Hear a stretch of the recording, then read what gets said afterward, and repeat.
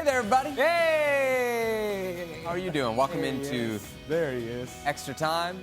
Paul, Ale, Seba. Before you get going, if I may, can you please clarify whether your socks are tacos or hot dogs? Oh, they are definitely tacos. Okay. I couldn't quite see from here, but there you go. Obviously a Christmas present from the wife. it's They were definitely a Christmas or some type of present, from either the wife or the mom. What about the shoes? I can confirm that they're ground beef tacos. Oh, yes, look at that. What about Very the detailed. shoes? Any excuse for the shoes? No.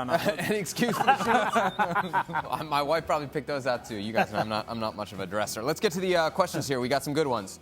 Julian wants to know, and look, Julian gets the show. Okay. He says should, and he spelled it out. Lukaku seek a move away from Manchester United as Reverend Burley and company have all but ordained and prescribed Callum Hudson-Odoi do the same from Chelsea, or Cho, as we know him Well, called now. according to Agent Healy. Yes. There's a lot to unpack in that tweet. Let's start with Lukaku. Should he seek a move away? Lukaku? Well, I don't know that it's up to him, to be honest with you. I think it's far more about what Manchester United and what they want to do with Lukaku. If Solskjaer, as he has said that, okay, let me tell you something, Marcus Rashford is my number one. Yep. And you have answered the question to yourself as a club that Lukaku is not the option long term.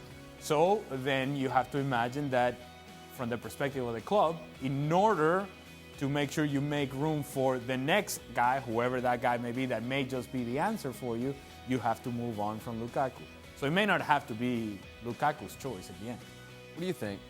What's next for him, right? You go, I think he's got to roll his sleeves up. Is he just going to lie down and say, okay, that's it, Rashford's going to take my job? Well, hopefully not. What about rolling your sleeves and say, right, I'll show the staff, I'll show the world what a top player I am. Why not? I mean, he's banged goals in. Look, we talked the other day about Everton. The Everton way was a little bit different. Teams allow them to get in the back. With United, they don't. So, what about rolling your sleeves and say, okay, I'm going to get my position back? Because Rashford can play right and left. I mean, there's no, it's not just an in-stone number 9. So, in the world of rotation, in the world of so many tournaments, do you not need 2 cracking number 9s? you think he has what it takes to be the number 9 at United? Lukaku? Yeah. Lukaku! Well, he's got to add to his game. Look, we've said about his hold-up play is not quite good enough.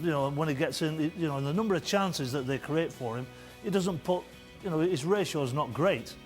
So he's got to improve that. If he does that, and if Solskjaer or whoever comes in feel that they can improve him, then so be it. But only they know it, only they see him absolutely, 24/7. So that if they think he's not quite going to make it, because Manchester United have got to get in the top 4 and eventually they've got to get back to winning the Premiership. Do they do it with him or without him? Next question. This one for you, Paul, from Shandu. Well, you can chime in too, Alan. Oh, well, thank you. Why doesn't Arsenal have any funds? Don't you guys find this strange? Well, yeah, absolutely. It's the ownership. I mean, they don't want to put their hand in the pocket. And you're a little bit tired when you pay a guy that doesn't seem to want to play for you, Ozil, £300,000 plus a week. So, you can see that Unai Emery is looking at the young kid. Maitland-Niles is coming in. He seems to be persevering with Guendouzi. I don't think he's quite the answer just yet. But, look, that team needs an overhaul. There's no 2 ways about it. The back 4, they're talking... Last week I was reading, apparently Holden, because Holden has got injured, Rob Holden. Do you even remember who he is? Yeah, 16. Apparently he's the answer now. Now, as far as I'm concerned, he's miles off being the answer. But apparently we're waiting for him to get fit. There's so many transfers, windows and cycles they've got to go through to get that back 4 sorted out. What did you think when you heard loans only from Unai Emery? Did My that jaw scare dropped. you? Yeah, my jaw dropped. Absolutely. It's Arsenal. Yeah. It's Arsenal Football Club. We can moan about all they want to do is get in the top 4, get in the Champions League that way. We moan about that because I remember going to the club. I remember seeing them with the Invincibles. They were an incredible football club. So difficult. 1-0 to the Arsenal was the thing that the fans used to say. Why? Because they were fantastic defensively. and they were decent going forward. This side, I don't know, they're decent going forward now and again, but at the moment, defensively, they're shocking. Next question from Chalatenango. Hey, ESPN panel. What do you all think of Maradona's comments of saying that Messi will never be a leader, when Maradona used to praise Messi as his successor? Can Ale once again scream out, "Vamos Venezuela"? All the best to everyone. I hope he can. Well, I still have that. Yes, I still have that in my game. Vamos Venezuela! Now, it still makes me laugh, that, for some reason. I don't know why, but it does. as for Maradona, yeah. It's to the point now to where I rather remember him for what he was as a player rather than what he has become. And whatever he says, one way or the other, you can't take him seriously. You don't really know where he's coming from, and you don't really know whether he has some sort of interest vested in whatever comment he makes. Right. And so, therefore, I would much rather remember him as a great talent that he was as a player. Well, the number of players that we've both played with, we've had leaders on and off the field, and how do they do that?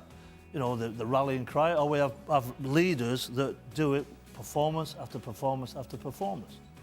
Now, we're not privy to the dressing room and the training ground with Lionel Messi, but it's pretty obvious by the way that he plays for Barca that he's a leader on the field, with the way that he plays the game. I mean, how can you not respect what he does?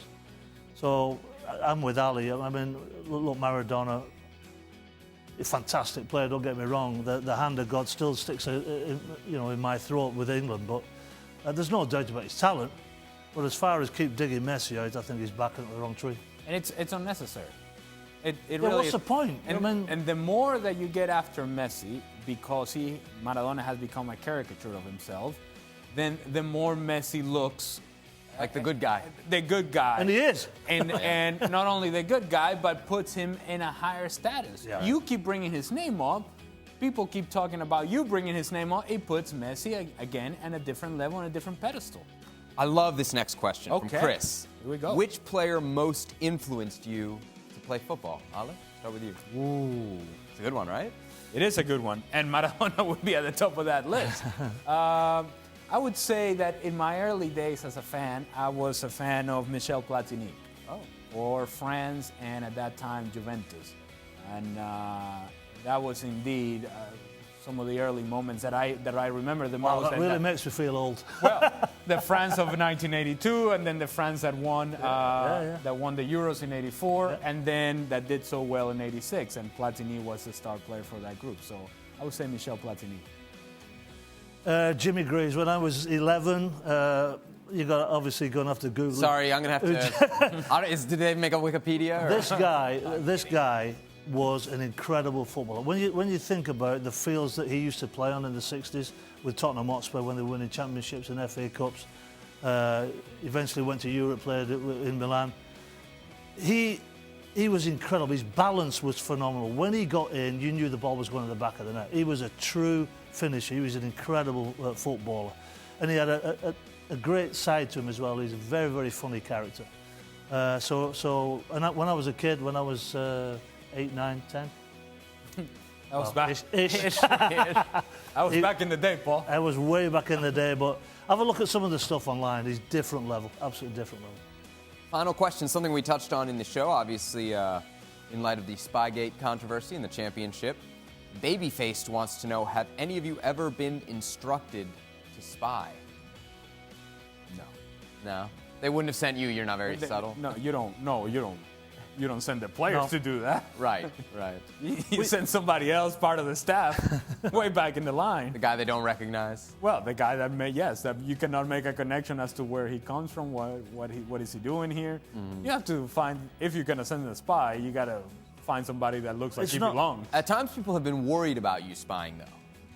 What's that? Really? Particularly in the past. On the golf course? USA and Mexico. Oh! Yes. Hello. You could be a threat. I can see you as you could be a threatening figure. Because of my multiple connections to the Mexican Federation. Yes, and to Mexico as a country. Right. Yes. So you did then? Well, no. There was a fear. There was a fear that maybe I was the link between the U.S. national team. So you're denying it? And the Mexican national team. Huh? You're denying it? I'm denying what? The spying. Yeah, very much so. Very much so. I would have to wear tacos. Taco socks? Just taco socks, yes. What about you, Paul? Never crossed our mind. Never in the memory of man. No, not in our culture. I mean, it's interesting. Bielsa says in his quotes that what's he been doing since 2001 or something. I mean, before the 02 World Cup. I've never heard of it. I mean, we spoke on the show earlier about international football that you do when you're training with England or with Venezuela. You do come across some things. Oh yeah. Why do we suppose it's more prevalent in the international game than the club? Just because there's less info, or? Well, yeah, there is less information. Coaches are more protective, and there are less games, to be honest with you. So there's less material to go on for a team. And you don't know of this new call-up, a group of players that have been called up, who's healthy, who's not healthy, who's fit, who's going to be able to play, who's not going to step in. National team changes a bit, and it's not nearly as structured as it is for the club team, that you know who your starting 11 is going to be pretty much week to week. I'm just wondering whether Babyface might be a spy himself with that name. Yeah, well, that tag name, it's right. It's a little bit tricky, isn't it? You're right. Well, no, because he's following Tad. That's what he says there. What does that mean? I have no idea. You're supposed to know this stuff. I'm not a spy. Oh yeah, that's not what we've heard. Well, that's what a spy would say. Every spy ever has definitely said those words. All right, that's it for extra time. Sweet ass. Thanks for the questions. Taco socks forever. We'll see you tomorrow's show. Hopefully, I won't still be wearing taco socks. Maybe I'll make my flight. Probably not. Yay! I'll be back tomorrow just 'cause.